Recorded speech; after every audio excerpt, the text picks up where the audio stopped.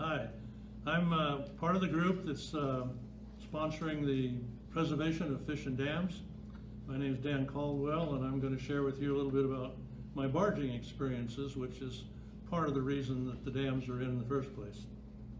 Okay, as a biotech with the USGS, I was there from 2004 to 2012. And I was trained on the Columbia River Research Lab at Cook, Washington, and later at Little Goose Dam and Lower Monumental Dam. I was trained in fish collection, tagging, identification, release, and overseeing river telemetry monitoring fish systems. I traveled and worked on dam spill studies with GPS drogues that were dropped over the edge to figure out how the spill was supposed to be. I was a certified boat operator during that period as well. Also participating in tagged smolt release studies at Little Goose Dam, where the releases occurred morning and night. Then from 2012 to 2017, I worked with the Army Corps of Engineers. I was also a biotech, but there I was involved with barge and truck fish transportation from Lower Granite Dam. I prepared and maintained barges and was a barge rider operator and a separator operator during that 5-year period.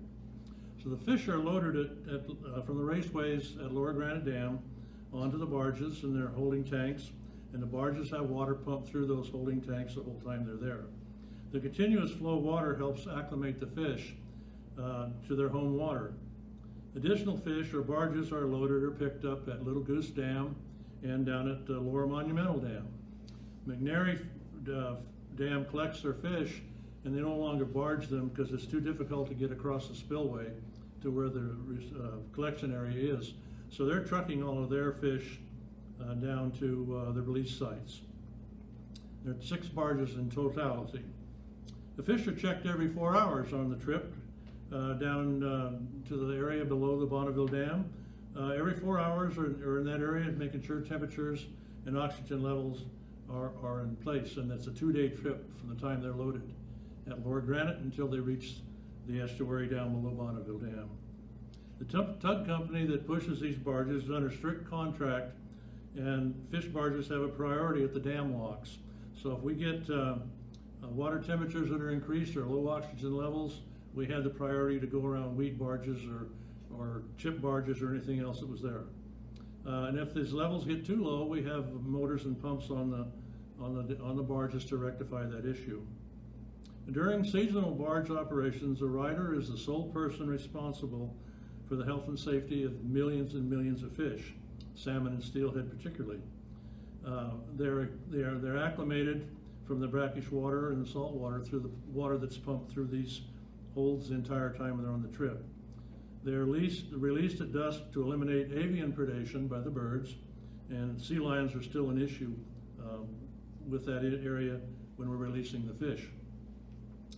All right, during the 10-year period from 2010 to 2021, there were more than 40 million Chinook, more than 22 million steelhead, and 90,000 or more sockeye and kokanee fish, with a total of over 64 million healthy fish that were transported by barge to the estuary below Bonneville Dam.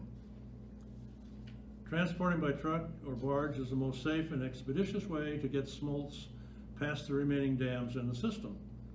The fish are free from predation the entire trip.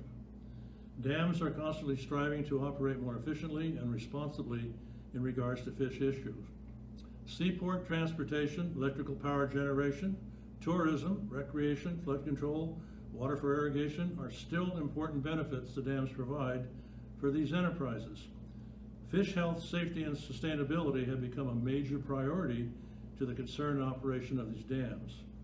Barging fish is one of the most effective and cost-effective ways to ensure that fish continue down through the river system.